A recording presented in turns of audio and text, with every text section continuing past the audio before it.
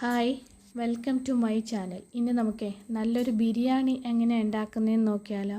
നമ്മൾ ഇന്ന് വെക്കുന്ന ബിരിയാണിക്ക് നമ്മുടെ ബിരിയാണി വെക്കണ ബിരിയാണി ചെമ്പോ ഒന്നും ഇല്ലാണ്ട്, അളവുകളൊന്നും ഇല്ലാതെ നമുക്ക് നല്ല രീതിയിൽ നല്ല കറക്റ്റായിട്ട് കിട്ടുന്ന ഒരു ബിരിയാണി എങ്ങനെയാണ് വെക്കുന്നതെന്ന് നോക്കാം. അപ്പം ബിരിയാണി ഒട്ടും ചെയ്യാൻ അറിയാത്തവർക്കും വളരെ പെർഫെക്റ്റായിട്ട് ചെയ്യാൻ പറ്റുന്ന ഒരു രീതിയിലുള്ള ബിരിയാണിയാണ് ഞാനിവിടെ കാണിക്കുന്നത്. അപ്പം നമുക്ക് എങ്ങനെയാണെന്നൊന്ന് കണ്ടു നോക്കിയാലോ. അതിനുവേണ്ടി നമ്മൾ സാധാരണ ചോറ് വെക്കുന്ന പാത്രം ഉണ്ടല്ലോ, കലം, അങ്ങനത്തെ ഒരു കലം എടുത്തിട്ടുണ്ട്. അതിൽ അളവൊന്നും നോക്കാതെ നമ്മളൊരു 3/4 പാത്രത്തോളം വെള്ളം എടുത്തിട്ടുണ്ട്. അതൊന്ന് തിളയ്ക്കാൻ വേണ്ടി വെച്ചു. പിന്നെ നമ്മളിവിടെ എടുത്തിട്ടുള്ളത് 1 കിലോ ബിരിയാണി അരിയാണ് എടുത്തിട്ടുള്ളത്. അത് പോസ്റ്റ്മാൻ റൈസിൻ്റെ ബിരിയാണി അരിയാണ് ഞാൻ എടുത്തിട്ടുള്ളത്. അത് നന്നായിട്ടൊന്ന് കഴുകി ഒരല്പം വെള്ളം ഒഴിച്ച് നമ്മളൊന്ന് കുതിർക്കാൻ വേണ്ടി വെച്ചിട്ടുണ്ട്. നമ്മുടെ വെള്ളം തിളയ്ക്കുന്ന അത്രയും സമയം. അപ്പോൾ വെള്ളത്തിലേക്ക് നമുക്ക് കുറച്ച് സ്പൈസസ് ഇട്ട് കൊടുക്കാം. അതിന് വേണ്ടി കുറച്ച് കറുകപ്പട്ട, 2 സ്റ്റാർസ്, ഗ്രാമ്പു, ഏലക്ക, കുറച്ച് ഉപ്പ് എല്ലാം എടുത്തിട്ടുണ്ട്. കുറച്ച് കുരുമുളക് അതുകൂടെ നമ്മൾ ഈ വെള്ളത്തിലൊന്ന് ഇട്ട് കൊടുത്തിട്ടുണ്ട്. നമ്മൾ തിളയ്ക്കാൻ വെച്ചിരുന്ന വെള്ളത്തിൽ അതൊന്ന് നന്നായിട്ട് തിളച്ച് കിട്ടട്ടെ. ഇനി ഇതിലേക്ക് ഞാൻ 1 ടേബിൾ സ്പൂൺ വെജിറ്റബിൾ ഓയിൽ കൂടെ ഒഴിച്ചിട്ടുണ്ട്. നമ്മുടെ ചോറൊന്നും ഒട്ടിപ്പിടിക്കാണ്ടിരിക്കാൻ വേണ്ടിയിട്ടാണ് എണ്ണ ഒഴിച്ച് കൊടുക്കുന്നത്. അതും കൂടെ കഴിഞ്ഞ് നന്നായിട്ടൊന്ന് തിളച്ച് കിട്ടിയിട്ടുണ്ട് നമ്മുടെ വെള്ളം.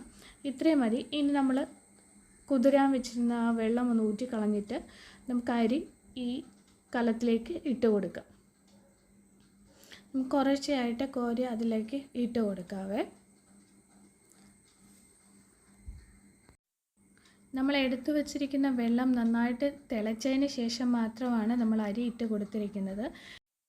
ഇനി നമുക്കിതൊന്ന് അടച്ച് വെച്ച് വേവിച്ച് കൊടുക്കാം. അതിൻ്റെ ഇടയ്ക്കിടയ്ക്ക് വെന്തോ എന്ന് നമ്മൾ കോരി നോക്കേണ്ടതാണ്. ഇടയ്ക്ക് നോക്കിയിട്ടുണ്ട്. ഒരു 10 മിനിറ്റ് തികച്ച് നമുക്ക് വേണ്ട. അതിന് മുമ്പിട്ട് നമ്മുടെ ചോറ് വെന്ത് കഴിഞ്ഞു. ഇപ്പോൾ നമ്മുടെ ചോറ് വെന്തിട്ടുണ്ട്. ഒരുപാട് അങ്ങ് വെന്ത് പോകണ്ട. ഒരു 3/4 പരുവത്തോളം വെന്ത് കഴിയുമ്പോഴത്തേന് നമുക്കത് വെള്ളമൊക്കെ കളഞ്ഞിട്ട് എടുക്കാം. നമ്മൾ സാധാരണ അരി ഇങ്ങനെ ചോറ് ആക്കില്ലേ, വടിച്ചെടുക്കില്ലേ, അതുപോലെ എടുക്കാം. പിന്നെ ഞാൻ ഇവിടെ എടുത്തിട്ടുള്ളത് ഒരു ഉരുളിയാണ്. അപ്പോൾ ആ ഒരു ഉരുളിയിലേക്ക് ഒരു 3 ടേബിൾ സ്പൂൺ വെജിറ്റബിൾ ഓയിൽ ഒഴിച്ച് കൊടുത്തിട്ടുണ്ട്. അതിൻ്റെ കൂടെ നമ്മൾ ഒരു 2 ടേബിൾ സ്പൂൺ നെയ്യ് കൂടെ ചേർത്ത് കൊടുക്കുന്നുണ്ട്. നമ്മൾ ബിരിയാണിക്ക് ആവശ്യമായിട്ടുള്ള പാത്രമൊന്നും എടുക്കുന്നില്ല, നമ്മുടെ കയ്യിലുള്ള പാത്രമാണ് എടുക്കുന്നത്. പിന്നെ ഞാൻ അതിൻ്റെ കൂടെ കുറച്ച് കാഷ്നട്ടും മുന്തിരിയും ഒന്ന് വറുത്തെടുക്കുന്നുണ്ട്. അതൊന്ന് വറുത്ത് കോരി എടുത്തിട്ടുണ്ട്. പിന്നെ ഇതിൻ്റെ കൂടെ നമുക്ക് ഒരു ഗാർണിഷിനൊക്കെ വേണ്ടിയിട്ട് കുറച്ച് ടൂട്ടി ഫ്രൂട്ടിയും ചെറീസും എടുത്തിട്ടുണ്ട്. പിന്നെ ഇതിലേക്ക് ഞാൻ അവിടെ കുറച്ച് ക്യാരറ്റും കുറച്ച് ക്യാപ്സിക്കം, കുറച്ച് പച്ചമുളക്, കുറച്ച് ബീൻസ് ഒക്കെ എടുത്തിട്ടുണ്ട്. പിന്നെ ഒരു മീഡിയം സൈസിലുള്ള ഒരു സവാള ചെറുതായിട്ട് അരിഞ്ഞതും എടുത്തിട്ടുണ്ട്. ഈ സവാള നമുക്കൊന്ന് ഫ്രൈ ആക്കി എടുക്കാം. അതൊന്ന് ഫ്രൈ ആക്കി എടുത്തിട്ടുണ്ട്. പിന്നെ ബാക്കി വരുന്ന വെജിറ്റബിൾ എല്ലാം കൂടെ നമുക്ക് ഈ ഓയിലിൽ തന്നെ ഇട്ടൊന്ന് വഴറ്റിയെടുക്കാം. ഒത്തിരിയൊന്നും വേണ്ട, ചെറുതായിട്ട് എല്ലാ വെജിറ്റബിളും കൂടെ നമുക്ക് അതിൻ്റെ കൂടെ ഇട്ട് കൊടുക്കാം. ഇനി ഇതിലേക്ക് ഒരല്പം ഉപ്പ്, ഈ വെജിറ്റബിളിന് വേണ്ടിയിട്ട് കുറച്ച് ഉപ്പ് കൂടെ നമുക്കിട്ട് നന്നായിട്ടൊന്ന് വഴറ്റിയെടുക്കാം. അത് നമ്മളിവിടെ വഴറ്റിയെടുത്തിട്ടുണ്ട്. ഇനി ആ പാത്രത്തിലേക്ക് നമുക്ക് ഈ വെജിറ്റബിൾ നമ്മൾ എടുത്ത് വെച്ചിരിക്കുന്ന ഫ്രൈ ചെയ്ത് വെച്ചിരിക്കുന്ന ഓണിയൻ, പിന്നെ ബാക്കി ടൂട്ടി ഫ്രൂട്ടി എല്ലാം കൂടെ നമുക്ക് ഇതിനകത്തേക്ക് ഇട്ട് കൊടുക്കാം. പിന്നെ അതിൻ്റെ കൂടെ ഞാൻ കുറച്ച് മല്ലിയില, പുതിനയില, ഒരു രമ്പയിലൊക്കെ എടുത്തിട്ടുണ്ട്. അതുകൂടെ കട്ട് ചെയ്ത് വെച്ചിട്ടുണ്ട്. അതും കൂടെ ഇതിൻ്റെ കൂടെ നമുക്ക് ഇട്ട് കൊടുക്കാം. എല്ലാം ഇട്ട് കൊടുത്തിട്ടുണ്ട്. ഇനി നമ്മൾ എടുത്ത് വെച്ചിരിക്കുന്ന ചോറുണ്ടല്ലോ, നമ്മൾ വെള്ളമൊക്കെ കളഞ്ഞ് വെച്ചിരിക്കുന്ന ചോറ്, അത് കുറച്ച് ഇട്ട് കൊടുത്ത് നിരത്തി കൊടുക്കാം. ഇങ്ങനെ എല്ലാം ഒന്ന് നിരത്തി ഇട്ടതിന് ശേഷം നമുക്കിതിലേക്ക് അടുത്ത ലെയറായിട്ട് നമ്മൾ എടുത്ത് വെച്ചിരിക്കുന്ന ടൂട്ടി ഫ്രൂട്ടി, നമ്മൾ ഫ്രൈ ചെയ്തിരിക്കുന്ന ഓണിയൻ, ഇതെല്ലാം ലീവ്സും എല്ലാം കൂടെ നമുക്ക് ഇട്ട് കൊടുക്കാം.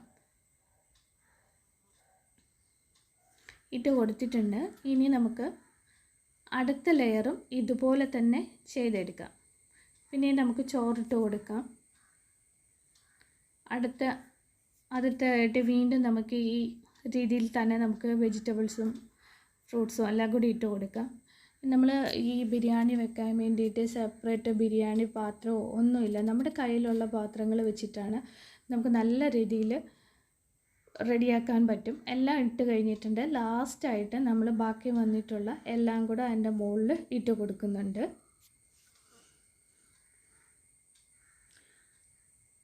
എല്ലാം ഇട്ട് കൊടുത്ത് നല്ല സൂപ്പർ ടേസ്റ്റിലുള്ള ബിരിയാണിയാണ് നമ്മൾ ഇങ്ങനെ ഉണ്ടാക്കുമ്പോൾ. എളുപ്പത്തിൽ ഉണ്ടാക്കാൻ പറ്റും, ആർക്കും എത്ര പെട്ടെന്ന് നമുക്ക് ഉണ്ടാക്കിയെടുക്കാൻ പറ്റുന്ന രീതിയിലാണ് നമ്മൾ ഉണ്ടാക്കിയിരിക്കുന്നത്. പിന്നെ ഞാനിവിടെ ഒരു 2 ടേബിൾ സ്പൂൺ പാലെടുത്തിട്ടുണ്ട്. അതിലൂടെ 2 ടേബിൾ സ്പൂൺ നെയ്യ് കൂടെ ചേർത്തിട്ടുണ്ട്. ഒരല്പം മഞ്ഞൾപ്പൊടി കൂടെ അതിൻ്റെ കൂടെ ചേർക്കുന്നുണ്ട്. ഇതെല്ലാം കൂടി ചേർത്ത് നന്നായിട്ടൊന്ന് മിക്സ് ചെയ്തെടുക്കുന്നത്. ചെറിയ ചൂടുള്ള പാലാണ്. ആ ചെറിയ ചൂടുള്ള പാലിലോട്ടാണ് ഇതെല്ലാം നമ്മൾ ഒഴിച്ചെടുത്തിരിക്കുന്നത്. പിന്നെ അതിൻ്റെ കൂടെ പൈനാപ്പിൾ എസൻസ് എടുത്തിട്ടുണ്ട്. ഒരു 2 ഡ്രോപ്സ്, അത്രയേ ഉള്ളൂ. 2 ഡ്രോപ്സ് പൈനാപ്പിൾ എസൻസ് കൂടെ ചേർത്തിട്ട് നന്നായിട്ടൊന്ന് മിക്സ് ചെയ്ത് എടുക്കാം. ഒരു ഗാർണിഷിനും ഒരു മണത്തിനൊക്കെ വേണ്ടിയിട്ട് ഈ ബിരിയാണീൻ്റെ ഇടയ്ക്കിടയ്ക്ക് നമുക്കിങ്ങനെ ഒന്ന് ഒഴിച്ചു കൊടുക്കാം. അത്രയും മതി. ഇനി നമുക്കിത് അടച്ച് വെച്ചിട്ട് ഒരു വെയിറ്റ് അതിൻ്റെ മുകളിൽ വെച്ച് കൊടുക്കാം.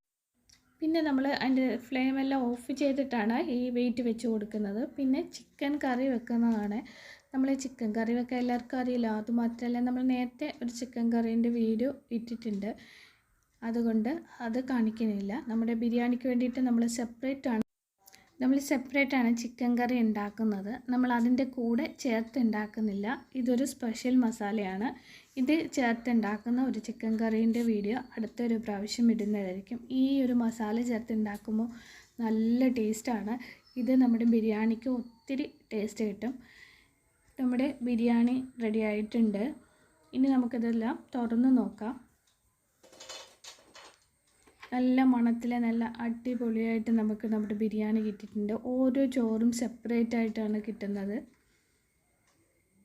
നല്ല സെപ്പറേറ്റ് ആയിട്ടിരിക്കുന്ന നല്ല സൂപ്പറായിട്ടുള്ള നമ്മുടെ ബിരിയാണി റെഡി ആയിട്ടുണ്ട്. നമുക്കിനി ഇതൊന്ന് സെർവ് ചെയ്തെടുക്കാം.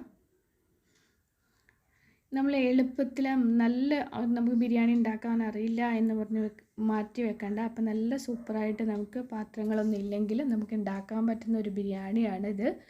അപ്പോൾ നമ്മുടെ സൂപ്പർ ടേസ്റ്റിലുള്ള ബിരിയാണി നിങ്ങൾക്ക് എല്ലാവർക്കും ഇഷ്ടപ്പെടുകയാണെങ്കിൽ ലൈക്ക് ചെയ്യാനും ഷെയർ ചെയ്യാനും സബ്സ്ക്രൈബ് ചെയ്യാനും ഒന്നും മറക്കല്ലേ.